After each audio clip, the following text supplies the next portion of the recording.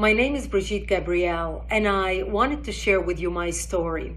I realized yesterday when I put a post about my background that many of my new followers and people who know me as a political commentator who's always commenting on political events and current events, that a lot of people have no idea about my background and why I am so passionate speaking the way I speak. But let me share with you my background, and you'll understand where this passion comes from, and why this week has been so difficult for me watching what's happening in the Middle East. You see, I was born and raised in Lebanon, which used to be the only majority Christian country in the Middle East. We were open-minded, we were fair, we were tolerant, we were multicultural. We prided ourselves on our multiculturalism. We had open borders. We welcomed everyone into our country because we wanted to share with them the westernization which we had created in the heart of the Middle East. Lebanon became Paris of the Middle East, banking capital of the Middle East. Unfortunately, all that began to change when we accepted a wave of refugees into our country, people who did not share our values, but wanted to use Lebanon as a launching pad to kill the Jews and drive them into the sea. Lebanon was the only country in the Arabic world that accepted the third wave of Palestinian refugees. When they came to our country, they wanted to destroy our country. They ended up destroying our country. My 9/11 happened to me in 1975, when radical Islamic Palestinians blew up my home, bringing it down, burying me under the rubble wounded. I ended up in a hospital for 2.5 months. And as I laid in a hospital bed, hooked up to IVs, I would ask my parents, why did they do this to us? And my parents would tell me, because we are Christians, they consider us infidels and they want to kill us. So I learned since I was a 10-year-old little girl that I am wanted dead simply because I was born into the Christian faith and lived in a Christian town. We ended up leaving the hospital and coming back home, but my home was no longer the home I left. I ended up living in a bomb shelter underground in an 8x10 room without electricity, without water, and very little food. And that's where I lived for the next 7 years of my life, from the age of 10 till the age of 17, robbed of my youth. The Palestinian Islamists cut off all water supplies to our town, cut off electricity, cut off food. In order for us to go out and get some greenery, we would go out and dig out dandelions and different greenery that grew around our bomb shelter because it was the only salads we had to eat. To get some water, we would crawl into a nearby spring to get some water because we were surrounded by Islamic Palestinian snipers shooting at us. And every time we left our bomb shelter to the spring to get water, we would say our last goodbyes because we did not know if we're going to come back alive or dead just to get some water. This became my existence. I remember a few years into the war, in the beginning we thought it's going to be a couple weeks, and then everybody's going to see the massacres that the Palestinians are doing to the Christians in Lebanon, how they put their heads together with the Muslims in Lebanon and declare jihad on the Christians, the massacres of children, the slaughter, even the crucifixion of Christian men on crosses. One of the famous city massacres was in the city of the Moor in Lebanon, where they massacred the whole town.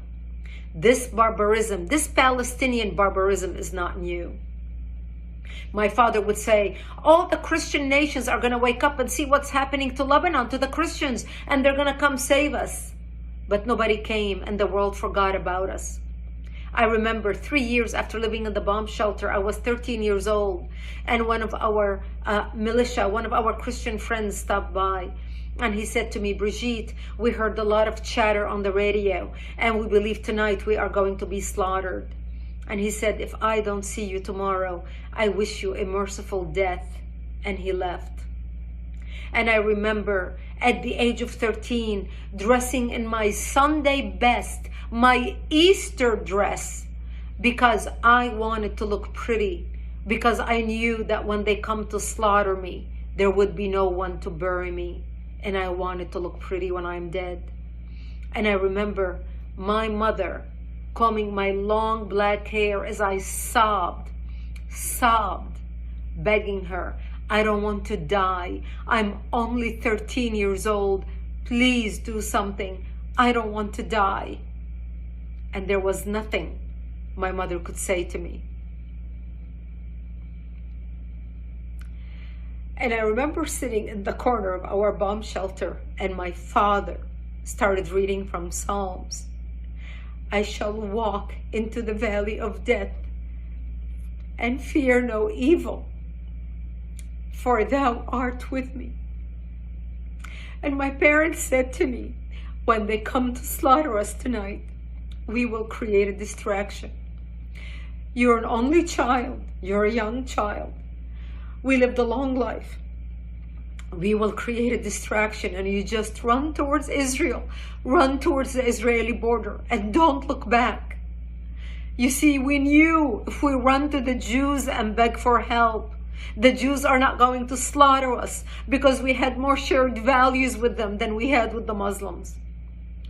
Thank God I did not have to make that decision that night, because that's the night when Israel came in physically into Lebanon and established the security zone and kicked out the radical Islamic Palestinian element that surrounded our town.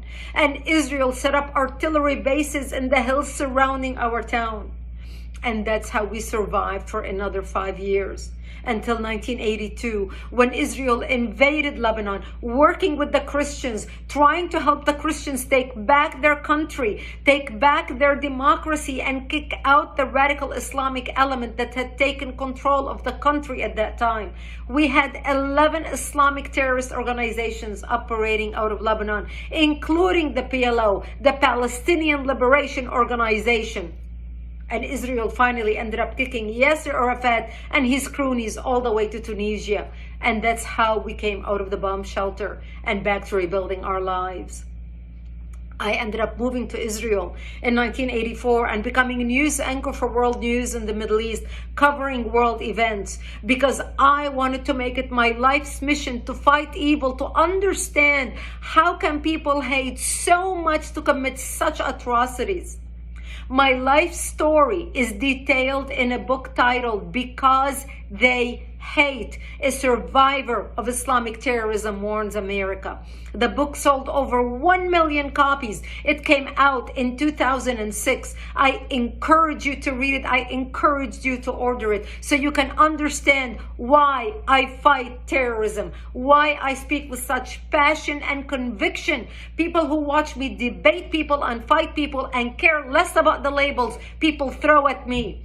They call me radical. They call me a hater. I don't hate anybody. I pray for the Middle East. Today I'm praying for the Jews, for the Palestinians, for the Lebanese, for the innocent people who are dying or who are going to die because of the work of Hamas, because of the work of Hezbollah, because of the work of Iran, because of the crazy radicals who want to kill, who want to create mayhem on the world. We must stand up against barbarism. Barbarism done in the name of any people, of any religion, is not acceptable. Barbarism is when you shoot babies in their cribs. Barbarism is when you decapitate babies. Barbarism is when you rape women and kill them. Barbarism is when you kidnap old grandmas and you kidnap children and you put them in cages with the sole purpose of torturing them and killing them. This is barbarism, unacceptable under any name, from any people, from any religion. That's why the good people need to stand up against terrorism, against Islamic terrorism.